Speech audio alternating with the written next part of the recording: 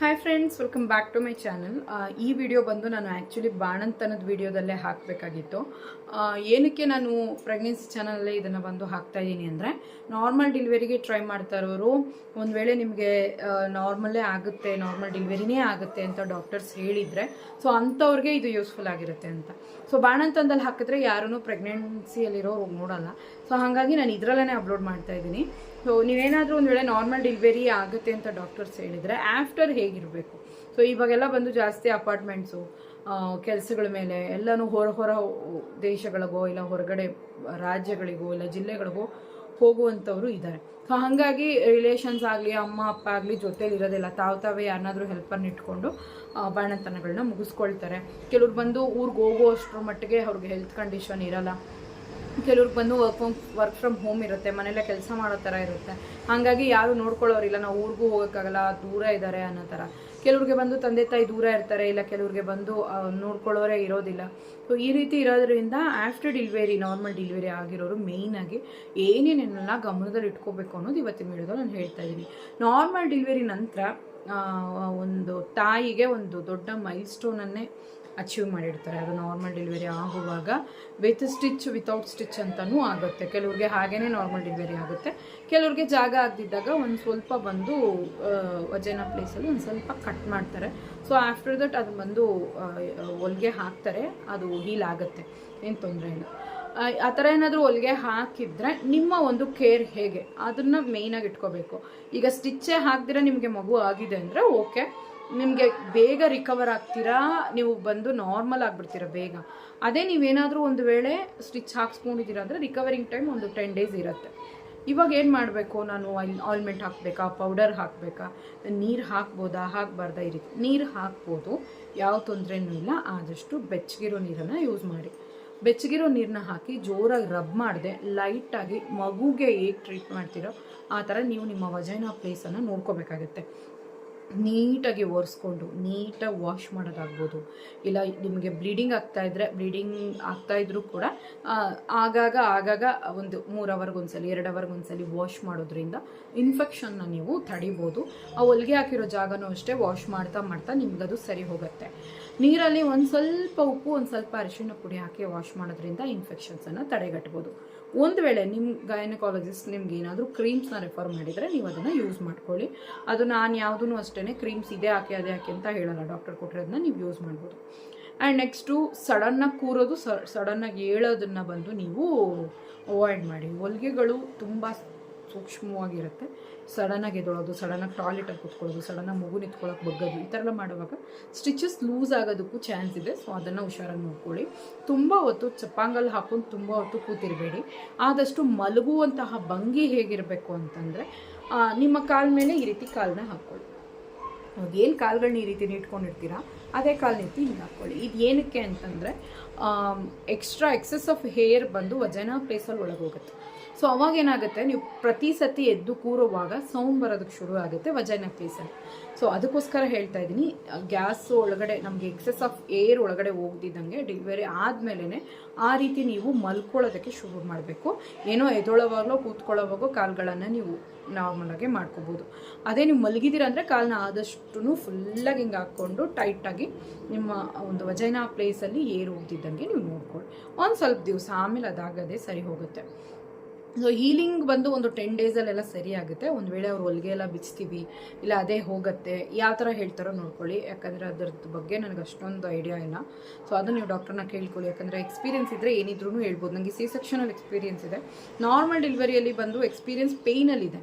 So after ಏನು ಅನ್ನೋದು ನನಗೆ ಅಷ್ಟೊಂದು ಗೊತ್ತಿಲ್ಲ. ಇದೆಲ್ಲ ನಾನು ಬಂದು ತಿಳ್ಕೊಂಡು ಹೇಳ್ತಾ ಇರೋದು ನಿಮಗೆ ಯಾವ ಥರ ಇರಬೇಕು ಅಂತ. ಮತ್ತು ಬಂದು ನಿಮಗೆ ಬ್ಲೀಡಿಂಗ್ ಆಗ್ತಾ ಇದೆ ಅಂತಂದರೆ ಬಟ್ಟೆಗಳು ಯೂಸ್ ಮಾಡೋದು ಬಿಟ್ಟು ಮೆಟರ್ನಿಟಿ ಪ್ಯಾಡ್ಸ್ ಅಂತಲೇ ಬರುತ್ತೆ, ಅದನ್ನು ಯೂಸ್ ಮಾಡಿ. ಆಲ್ಮೋಸ್ಟ್ ಬಂದು ನಾನು ಹೇಳಿದಾಗೆ ಉಪ್ಪು ಮತ್ತು ಅರಿಶಿಣ ಪುಡಿ ಹಾಕ್ಕೊಂಡು ವಾಶ್ ಮಾಡ್ಕೊಳ್ಳಿ. ಸ್ನಾನ ಮಾಡ್ಬೋದಂದರೆ ಕಡ್ಡಾಯವಾಗಿ ಮಾಡಿ. ನನಗೆ 3ನೇ ದಿವಸಕ್ಕೇ ಸ್ನಾನ ಮಾಡಿಸಿದ್ರು C-section ಆದಮೇಲೆ. ಸೊ ಆ ಥರ ಮಾಡ್ಕೊಳ್ಳಿ. ನಿಮ್ಮನ್ನು ನೀವು ನೀಟಾಗಿ ಇಟ್ಕೊಳ್ಳಿ. ಪಾಪುಗೆ ಹಾಲು ಕೊಟ್ಟ ಮೇಲೆ ನಿಮ್ಮ ಒಂದು ಬ್ರೆಸ್ಟನ್ನು ನೀಟಾಗಿ ಒರೆಸಿ ನೀಟಾಗಿ ಕ್ಲೀನಾಗಿ ನೀಟ್ನೆಸ್ಸನ್ನು ಮೇಂಟೈನ್ ಮಾಡಿ. ಊಟ ಅಂತ ಬಂದಾಗ ತುಂಬ ಉಪ್ಪು, ತುಂಬ ಖಾರ, ಸ್ವೀಟು, ಆಯಿಲು, ಹುಳಿ ಇದನ್ನೆಲ್ಲ ಗ್ಯಾಸ್ಟ್ರಿಕ್ ಐಟಮ್ಸ್ನೆಲ್ಲ ಅವಾಯ್ಡ್ ಮಾಡಿ. ಅನ್ನ ತೊಗೋಬೋದು, ಹಾಲು ಕುಡಿಬೋದು ಚೆನ್ನಾಗಿ, ಅನ್ನದ ಜೊತೆ ಬೇಳೆ ರಸ, ಬೇಳೆ ಸಾಂಬಾರು, ತರಕಾರಿ ಸಾರು ಇದೆಲ್ಲ ತೊಗೋಬೋದು. ಜ್ಯೂಸ್ ಅಂತ ಬಂದಾಗ ನೀವು ಬಂದು ವಾಟರ್ ಮೆಲನ್ ಕೂಡ ನನಗೆ ಕೊಟ್ಟಿದ್ದರು, ವಾಟರ್ ಮೆಲನ್ ತೊಗೋಬೋದು ಅಡ್ಜಸ್ಟ್ ಆಗುತ್ತೆ ಅಂದರೆ. ಇಲ್ಲಾಂದರೆ ಆರೆಂಜ್ ಜ್ಯೂಸು ಮತ್ತು ಆ್ಯಪಲ್ಲು ಮತ್ತು ಪೊಮಗ್ರನೇಟು ಈ ಥರ ಎಲ್ಲ ತೊಗೊಳ್ಳಿ. ತುಂಬ ಜನ ಪಥ್ಯ ಮಾಡಿಕೊಂಡು ಫ್ರೂಟ್ಸ್ ತೊಗೊಳ್ಳಲ್ಲ, ವೀಕ್ ಆಗಿಬಿಡ್ತೀರಾ. ತರಕಾರಿ ಚೆನ್ನಾಗಿ ತಿನ್ನಿ, ಸ್ಟ್ರೆಂತ್ ಇರುತ್ತೆ ನಿಮಗೆ. ಡ್ರೈ ಫ್ರೂಟ್ಸ್, ಡ್ರೈ ನಟ್ಸ್ ಎಲ್ಲ ನೀವು ಬೇಕಾದರೆ ಡಾಕ್ಟ್ರನ್ನ ಒಂದ್ಸಲಿ ಕೇಳಿಕೊಂಡು ಬೇಕಾದರೆ ಪೌಡ್ರ್ ಥರ ಮಾಡ್ಕೊಂಡು ಹಾಲಲ್ಲಿ ಮಿಕ್ಸ್ ಮಾಡ್ಕೊಂಡು ಕುಡೀರಿ. ಆಲ್ಮೋಸ್ಟ್ ಆ ಥರ ಕುಡಿಯೋದಕ್ಕೆ ಅಂತ ಡಾಕ್ಟರ್ಸೇ ಬಾಣಂತಿಯರಿಗೆ ಕೊಡ್ತಾರೆ ಪೌಡರ್ಸು, ನಟ್ಸದು ಪೌಡರ್ ಅಂತ, ತುಂಬ ಟೇಸ್ಟಿಯಾಗಿರುತ್ತೆ. ಅದನ್ನು ತೊಗೊಳ್ಳಿ. ಇಲ್ಲ ಮದರ್ಸ್ ಹಾರ್ಲಿಕ್ಸ್ ತೊಗೊಳ್ಳಿ. ಕಾಫಿ ಕೂಡ ತೊಗೋಬೋದು. ಟೀ ಆದಷ್ಟು ಅವಾಯ್ಡ್ ಮಾಡಿ. ಟೀ ಸ್ವಲ್ಪ ಶೀತ, ಕಾಫಿ ತೊಗೋಬೋದು, ಹೀಟಾಗಿರುತ್ತೆ ಬಾಡಿ. ಸೊ ಈ ರೀತಿ ಮಾಡಿ ತಲೆಗೆ ಬಂದು ವಾರಕ್ಕೊಂದು 2 ಸಲ ಸ್ನಾನ ಮಾಡಿ, 2 ರಿಂದ 3 ಸಲ ಚೆನ್ನಾಗಿ ಆರಿಸ್ಕೊಳ್ಳಿ ತಲೆನ. ನಿಮಗೆ ಹೊರಗಡೆ ಹೋಗ್ತೀರಾ ಅಂದರೆ ಸ್ಕಾರ್ಫು ಮತ್ತು ಹತ್ತಿ, ಸ್ವೆಟರ್ ಎಲ್ಲ ಯೂಸ್ ಮಾಡಿ. ಈ ವೆದರಲ್ಲೂ ಮಾಡಬೇಕಂದ್ರೆ, ಈಚೆ ಗಾಳಿಗೆ ಹೋಗ್ತೀರಂದರೆ ಮಾಡಿ. ಮನೇಲಿದ್ದೀರಾ ಅಂತಂದರೆ ಒಂದು ಸ್ವಲ್ಪ ಫ್ರೀ ಆಗಿರ್ಬೋದು, ಏನು ತೊಂದರೆ ಇಲ್ಲ. ಸೊ ಚಳಿಕಾಲ, ಮಳೆಕಾಲ ಅಂತ ಬಂದಾಗ ಸ್ವಲ್ಪ ಹುಷಾರಾಗಿರಬೇಕಾಗತ್ತೆ.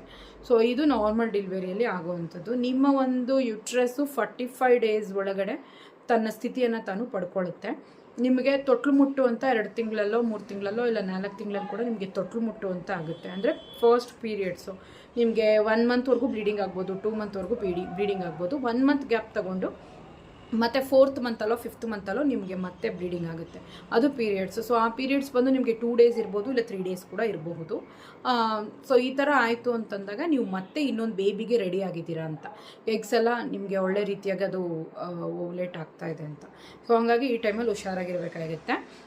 ನೀವೇನಾದರೂ ಅನ್ಸೇಫಾಗಿ ಏನಾದರೂ ನೀವು ಇಂಟರ್ಕೋರ್ಸ್ ಮಾಡಿದ್ರಿ ಅಂದರೆ ಖಂಡಿತವಾಗ್ಲೂ ಬೇಬಿ ಫಾರ್ಮ್ ಆಗುತ್ತೆ ಮತ್ತೆ. ಸೊ ಇದು ಹುಷಾರಾಗಿರಿ. ಯಾಕಂದರೆ ತುಂಬ ಜನರಿಗೆ ನಾರ್ಮಲ್ ಡೆಲಿವರಿ ಆಗಿ 2-3 ಮಂತ್ಸಲ್ಲಿ ಮತ್ತೆ ಕನ್ಸೀವ್ ಆಗಿರೋರು ಇದ್ದಾರೆ. ಸೊ ಮತ್ತೆ ಅದು ಬೇಡ ಅಂತ ಅಂದ್ಕೊಂಡು ಇನ್ನೊಂದೇನೋ ಮಾಡ್ಕೊಳ್ಳೋದು, ಇಲ್ಲ ಬೇಕು ಅಂತ ತಿರುಗಿ ಡೆಲಿವರಿ ಮಾಡ್ಕೊಳ್ಳೋದು, ಬೇಬಿನ ಮಾಡ್ಕೊಳ್ಳೋದು. ಅವಾಗ ಬೇಬಿನೂ ಸರಿಯಾಗಿ ನೋಡ್ಕೊಳ್ಳೋಕ್ಕಾಗದೆ, ಈ ಬೇಬಿನೂ ಸರಿಯಾಗಿ ನೋಡ್ಕೊಳ್ಳೋಕ್ಕಾಗದೆ ಸಫರ್ ಆಗೋದು ಬೇಡ. ಆಲ್ಮೋಸ್ಟ್ ಒಂದು 2 ಇಯರ್ಸ್ ಗ್ಯಾಪ್ ಕೊಡಿ. ಈ 2 ಇಯರ್ಸ್ ಏನಕ್ಕೆ ಅಂದರೆ ನಿಮ್ಮ ಮೈ ಮತ್ತೆ ರೀಜನ್ರೇಟ್ ಆಗುತ್ತೆ, ಮತ್ತೆ ಆ ರಕ್ತ ಕೂಡ್ಕೊಳ್ಳುತ್ತೆ, ಮತ್ತೆ ಸೆಲ್ಸು, ಮತ್ತೆ ಆ ನ್ಯೂಟ್ರಿಯೆಂಟ್ಸು, ನಿಮ್ಮ ಮೈ, ನಿಮ್ಮ ಹಾರ್ಮೋನ್ಸು ಎಲ್ಲನೂ ಸೆಟ್ ಆಗುತ್ತೆ. ನೀವು ಮತ್ತೆ ಈ ಥರ ಪ್ರಾಬ್ಲಮ್ಸ್, ನನಗೆ ಗೊತ್ತಿರೋ ಮಟ್ಟಿಗೆ ಡೆಲಿವರಿ ಆಗಿ 2-3 ಮಂತ್ಸ್ಗೆ ಮತ್ತೆ ಪ್ರೆಗ್ನೆಂಟ್ ಆಗಿದ್ದಾರೆ, ಸ್ಕ್ಯಾರೇಜಸ್ ಮಾಡಿಸ್ಕೊಂಡಿದ್ದಾರೆ, ಹೆಲ್ತ್ ಹಾಳು ಮಾಡ್ಕೊಂಡಿದ್ದಾರೆ, ಮತ್ತೆ ಕನ್ಸೀವ್ ಆಗೋಕ್ಕೆ ಲೇಟ್ ಆಗಿದೆ. ಈ ಥರ ಪ್ರಾಬ್ಲಮ್ಸ್ ಆಗುತ್ತೆ.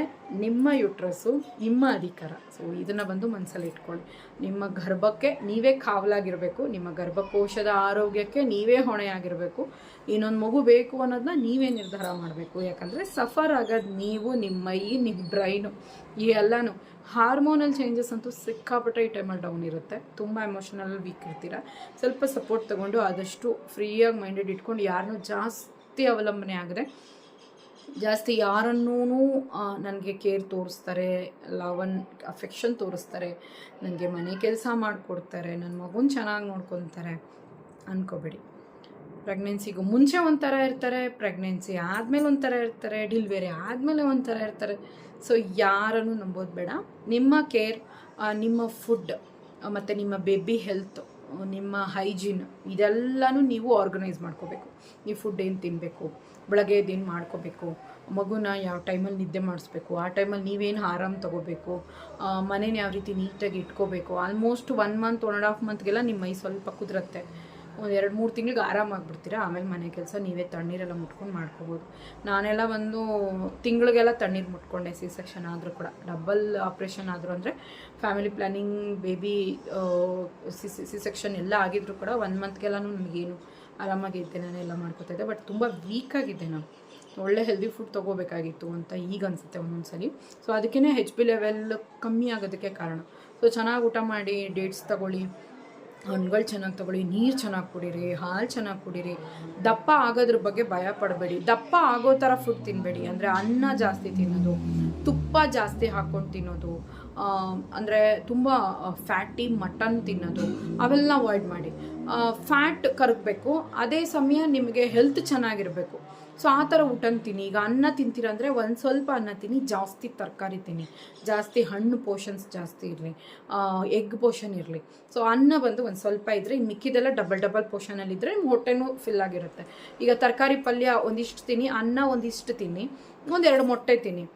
ಅದ್ರ ಜೊತೆಗೆ ಏನಾದರೂ ಕ್ಯಾರೆಟು, ಕುಕ್ ಮಾಡಿರುವಂಥ ಕ್ಯಾರೆಟು ಇಲ್ಲ ಬೀಟ್ರೋಟು ಪಲ್ಯ ಆ ಥರ ತೊಗೊಳ್ಳಿ. ಅವಾಗ ನಿಮ್ಗೆ ಹೊಟ್ಟೆ ಫಿಲ್ ಆಗಿರುತ್ತೆ. ನಾರ್ಮಲ್ ಡೆಲಿವರಿ ಆಗಿರೋರಿಗೆ ಹೊಟ್ಟೆ ಚೆನ್ನಾಗಿ ಊಟ ಸೇರುತ್ತೆ. ಒಂದು 3 ತಿಂಗಳು ವೆಯ್ಟ್ ಗೈನ್ ಬಗ್ಗೆ ಜಾಸ್ತಿ ಯೋಚನೆ ಮಾಡಬೇಡಿ. ಆಫ್ಟರ್ ನೀವು ಬಂದು ಹಾಲು ಕೊಡ್ತಾ ವೆಯ್ಟು ರೆಡ್ಯೂಸ್ ಆಗ್ತೀರಾ. ನಾನು ಹೇಳಿದಾಗೆ ಪೋರ್ಷನ್ಸ್ ನೋಡ್ಕೊಂಡು ಊಟ ಮಾಡಿದ್ರೆ ನಿಜವಾಗ್ಲೂ ವೆಯ್ಟ್ ಕೂಡ ನಿಮ್ಗೆ ಅಷ್ಟೊಂದು ಗೈನ್ ಆಗಲ್ಲ. ನನಗೆಲ್ಲ ಬಂದು ಒಂದು 6 ಮಂತ್ವರೆಗೂ ತುಂಬ ದಪ್ಪ ಅನ್ನೋ ಥರ ಇದ್ದೆ. ಆಮೇಲೆ ಮಗುಗೆ ಹಾಲು ಕೊಡ್ತಾ ಮಗು ಜಾಸ್ತಿ ಸಕ್ ಮಾಡುತ್ತಲ್ಲ ಹಾಲು, ಆವಾಗ ನಾವು ತೂಕ ಕಮ್ಮಿ ಆಗ್ತೀವಿ. ನಾವು ಅದಕ್ಕೆ ಅಂತ ಹೆಲ್ದಿ ಫುಡ್ ಬಿಡಬಾರ್ದು, ಹೆಲ್ದಿ ಫುಡ್ಡಾಗಿ ತಿನ್ನಬೇಕು. ಈ ವಿಡಿಯೋ ಖಂಡಿತವಾಗ್ಲೂ ನಿಮಗೆ ಒಂದು ರೀತಿ ಐ ಓಪನರ್ ಆಗಿರುತ್ತೆ. ಯಾಕಂದರೆ ತುಂಬ ಜನರಿಗೆ ಇವೆಲ್ಲ ಹೇಳೋರೇ ಇರಲ್ಲ, ಕೆಲವ್ರಿಗೆ ಇದೆಲ್ಲ ಗೊತ್ತೂ ಇರಲ್ಲ. ಹಾಗಾಗಿ ಎಲ್ಲ ಆಲ್ಮೋಸ್ಟ್ ಕವರ್ ಮಾಡಿದ್ದೀನಿ. ಮಗುನೂ ಅಷ್ಟೇ ಹುಷಾರಾಗಿ ನೋಡ್ಕೊಳ್ಳಿ. 24/7 ಬಂದು ನಮಗೆ ಅಲರ್ಟ್ ಆಗಿಬಿಡುತ್ತೆ ಮೈಂಡು. ಬೇಬಿ ಎದ್ದಾಗ ನಾವು ಎದ್ಬಿಡ್ತೀವಿ, ಬೇಬಿ ಮಲಗಿರೋವಾಗ ಮಗು ಹೊಟ್ಟೆಸಿ ಆಗೋದೇ ನಮಗೆಲ್ಲ ನೀಟಾಗಿ ಫೀಲ್ ಆಗುತ್ತೆ. ಸೊ ಅದೆಲ್ಲ ಆಫ್ಟರ್ ನಿಮ್ಗೆ ಬಂದದ್ದು ಚೆನ್ನಾಗಿ ಫೀಲ್ ಆಗುತ್ತೆ. ಒಂದು 3 ಇಯರ್ಸ್ ಒಂದು ಸ್ವಲ್ಪ ಅಲರ್ಟ್ ಆಗಿರ್ತೀವಿ. ಆಮೇಲೆ ಹೋಗ್ತಾ ಮಗು ತನ್ನಿಂತಾನೆ ತಿನ್ನೋದು, ಸ್ಕೂಲಿಗೆ ಹೋಗಿ ಬರೋದು ಅವೆಲ್ಲ ಆಗೋವಾಗ ನಾವು ಒಂದು ಸ್ವಲ್ಪ ಕ್ಲಿಯರ್ ಮೈಂಡೆಡ್ ಆಗಿರ್ತೀವಿ. ಓಕೆ ಫ್ರೆಂಡ್ಸ್, ಇವತ್ತಿನ ವೀಡಿಯೋ ಖಂಡಿತವಾಗ್ಲೂ ನಿಮ್ಗೆ ಯೂಸ್ಫುಲ್ ಆಗಿರುತ್ತೆ ಅನ್ಕೋತೀನಿ. ಏನು ಅನಿಸ್ತು ಅಂತ ಕಮೆಂಟ್ ಮಾಡಿ. ಟೇಕ್ ಕೇರ್, ಬಾಯ್.